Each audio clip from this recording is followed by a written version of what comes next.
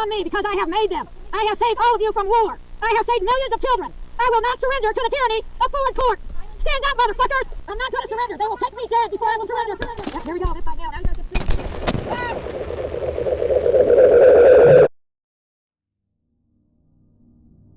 When I first came across this live stream, I wasn't sure what to make of it.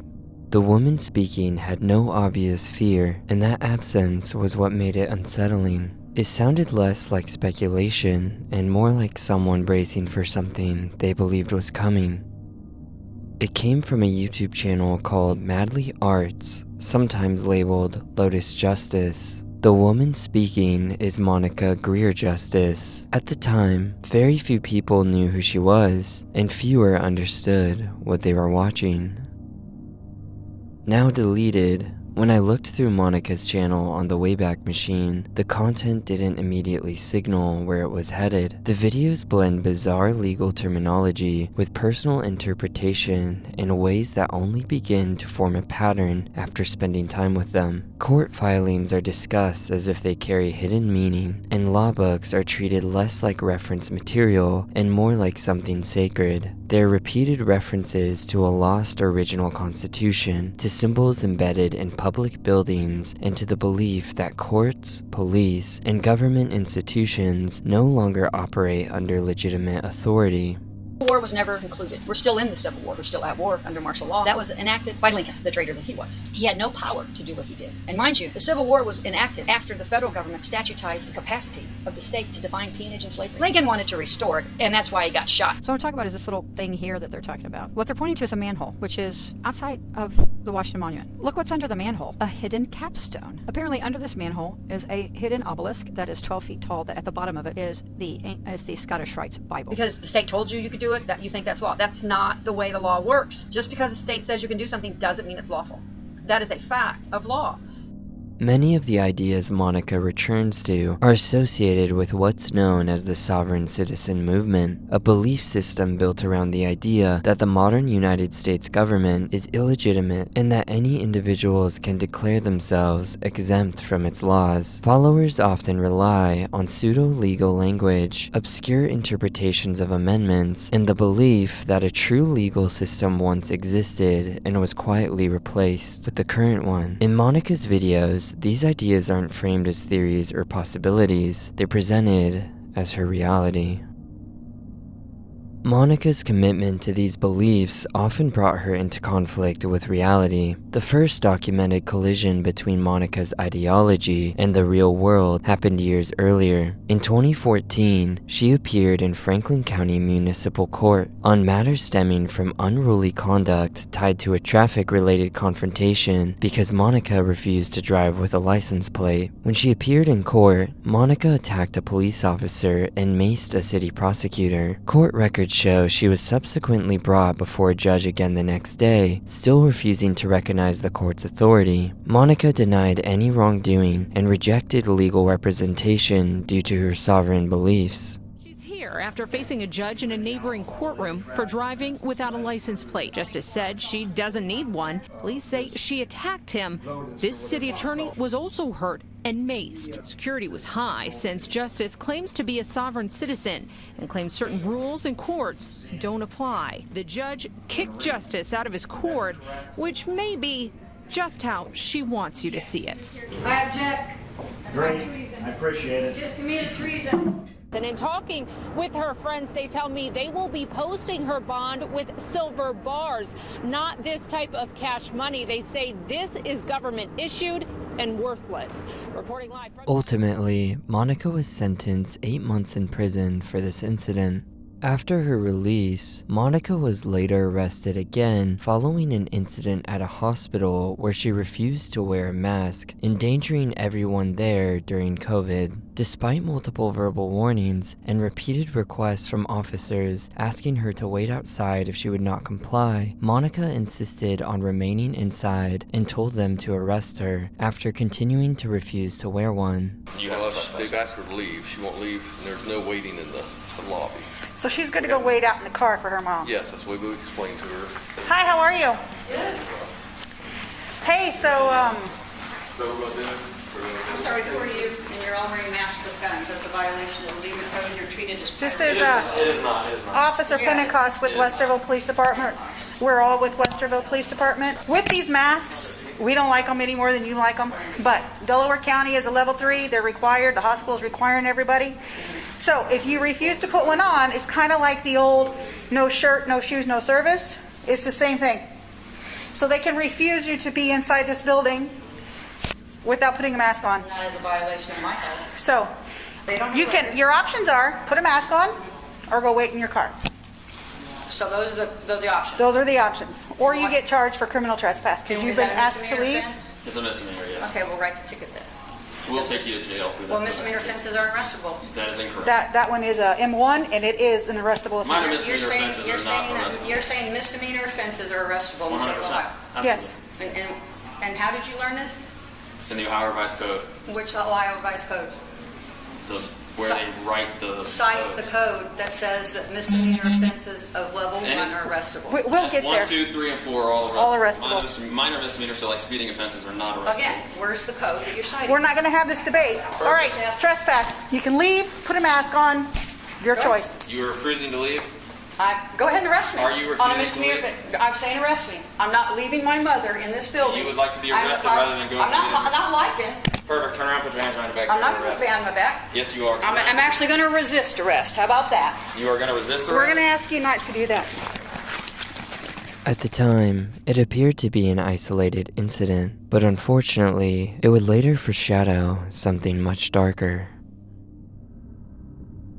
Later in 2020, Monica was eventually served an eviction notice from her landlord, most likely due to her erratic behavior, but Monica failed to comply with local authorities who attempted to serve her eviction notice, and even went on to make threats against local authorities on her YouTube channel.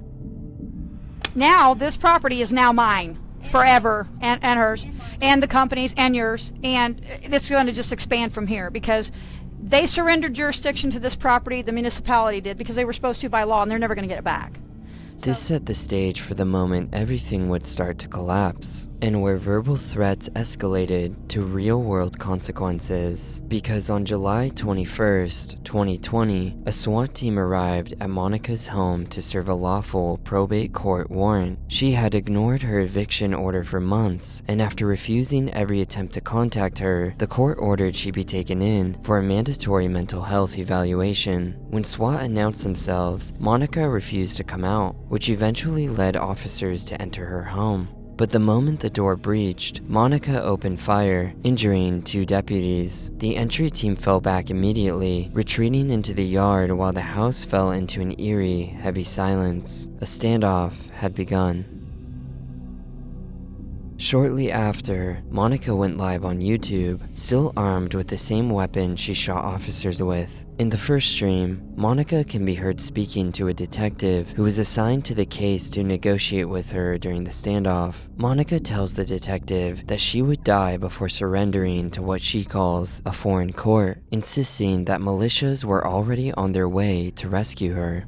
I shall not surrender to a foreign judge. I shall not be reviewed by a foreign doctor. Those are foreign titles of nobility, and if you want to get me there, it'll be on my dead fucking bed. And by the way, the word is getting out all around the nation, and the militias are marshaling, just so you know. The militias know what is going on, and they are not happy, and they are marshaling, just so you know. We also see Monica wearing a bandage where a bullet passed straight through her wrist during the initial firing. Okay, folks. I have been shot. Militia needs to converge on 2762 Beulah Road, Columbus, Ohio, 43202. But Monica wasn't alone, because her wife, Ray Justice, was also trapped inside the home with her, and she would make her first appearance after Monica asked her to hand her the gun, leaving the live stream for Ray to narrate to the audience. I'm gonna leave you guys with my wife. Come here. Come here. I'm done. Give me the gun. Hello, folks. It's Ray Justice here. Ray appears to be younger than Monica, and she immediately confides with the audience that she is scared for her life. I'm gonna tell you, I'm pretty damn fucking scared. I ain't gonna lie. I'm just trying to stay calm. The livestream cuts out right as she says this, but moments later, Ray comes back online, updating the audience on the current situation, visibly horrified. Okay, we're back live. I'm trying to breathe, guys.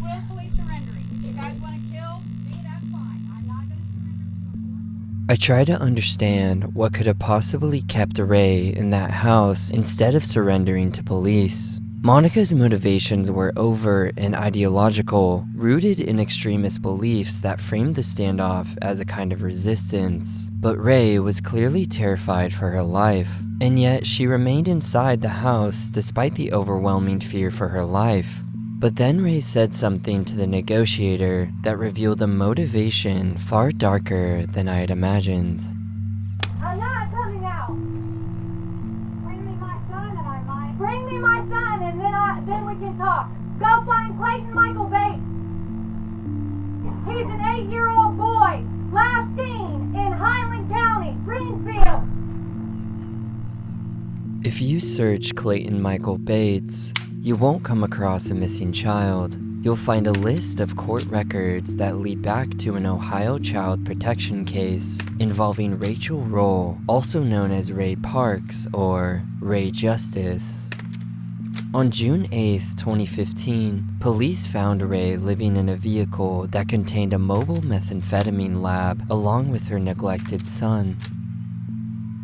After careful review, the court found that the child had been severely endangered and neglected, resulting in the loss of custody and the eventual termination of her parental rights, ensuring the child would be placed in a safer environment. Despite this, Ray's wife, Lotus Justice, or Monica, repeatedly tried to undo that ruling in federal court, using pseudo-legal language and sovereign citizen claims to try and justify an appeal, seemingly convincing Ray that her child was taken from her out of injustice rather than Ray's blatant neglect of her child. However, every case was dismissed. So when negotiators were told to release their son, there was no child in police custody to be released. Custody had already been lawfully terminated from Ray years earlier.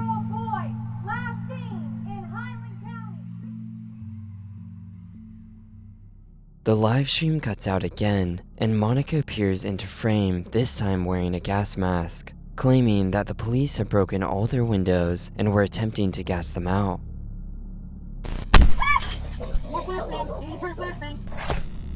Hey folks, this is where we're at. They've busted out all the windows. They busted out all the windows. They're trying to smoke because it won't happen. Monica clearly wasn't backing down. What's even more tragic about this is all while the home is being smoked out, their dog is seemingly inside having trouble breathing. He can even be seen coming up to Monica for comfort while she pushes him down multiple times as she continues her ranting. My flesh has paid for this! Hospital, there'll be more. Get her off the bed. Get off the bed now! Get the fuck off the bed.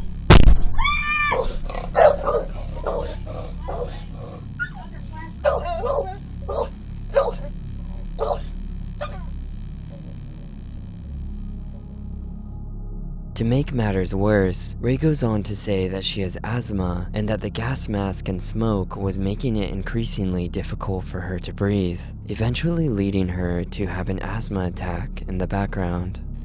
Oh my gosh, but it's not fitting my face right, Lotus. Put it on, put it on. I'm having an asthma attack. Breathe. I'm having an asthma attack. Monica seems to write this off as an overreaction, telling her to get on the floor and put a blanket over her head, eventually escalating to Ray begging to leave, but Monica tells her that if she wants to see her son ever again, she has to stay. Because I can't breathe. Yep, that's what's trying to kill you. Smoke you out. Lotus. Know that all shit's fucked up. Lotus. What? I am having an anxiety attack. I cannot be down in here. You put it on, calm down. How do you think your son feels now? Breathe, breathe, bitch. Breathe. You want to abandon me? Go ahead. I can't. I gotta go outside. I gotta go outside. No, you can't. I got to If go you do, outside. you will lose your son. Get on the fucking ground and breathe. If you go outside, you lose Clayton. Forever. You'll never see Clayton in this house. Ever, ever. To make matters worse, multiple users claimed they heard Monica threaten to shoot Ray if she attempted to go outside to escape the smoke. You cannot abandon me now. I'll shoot you in the foot control. But you're not thinking for it. Get on the ground. Get on the ground. It's loose. Monica would once again declare that she wouldn't back down and that she'd die before giving herself up. Folks, if they kill me, I'll see you on the other side, you righteous one. But I have no problem dying this day for my son. Even arguing with her live audience, accusing them of working for the federal government. I'm not Antifa, you're an idiot. You see a mob of teenagers around me, you stupid motherfucking cunt. Whoever just called me Antifa is a shill. Look him up on the thread, tag him as a shill to traitor to your country. And you know that militia, not a motherfucking one of them's here. They never showed up. Your militia sucks. They're co-opted too! Your leaders are lying to you! Eventually, more gas was deployed into the room, and the air became thick enough that the camera struggled to capture anything clearly, and this would be the last view anyone had of what was happening on the live stream before YouTube took the live stream offline, leaving many to wonder what the outcome was.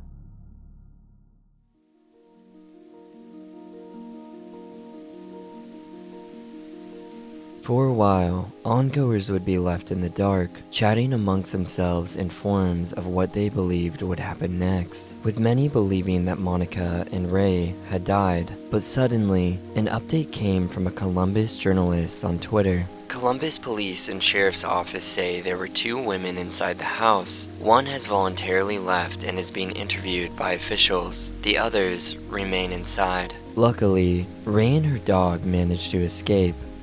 Monica was still yet to be found as she was still somewhere in the house, but eventually, Monica would appear from the smoke on the rooftop, caught on video by a neighbor next door. This eventually led officers to apprehend and arrest Monica on her rooftop. Ooh, on blood, he got her. Her dumbass, he ran up on her from the back. Later, during her trial, Monica Greer Justice was later sentenced to 40 years in prison. What remains is footage that documents not just extremism, but the point at which belief became an excuse to endanger others. When we look into our own reflection, what looks back at us is not always something we're willing to face. The truth is, there is a darkness in all of us. The difference is whether we face it or run from it. And the reality is, we can change, take responsibility, and work toward becoming better than our worst decisions, but only if we are willful to confront them honestly. Monica and Justice were both clearly unwell, each unraveling in their own way, while Ray was simultaneously battling a drug addiction that ultimately carried her to the unthinkable loss of her son. And it is difficult not to suspect that Monica offered Ray something more dangerously seductive than drugs.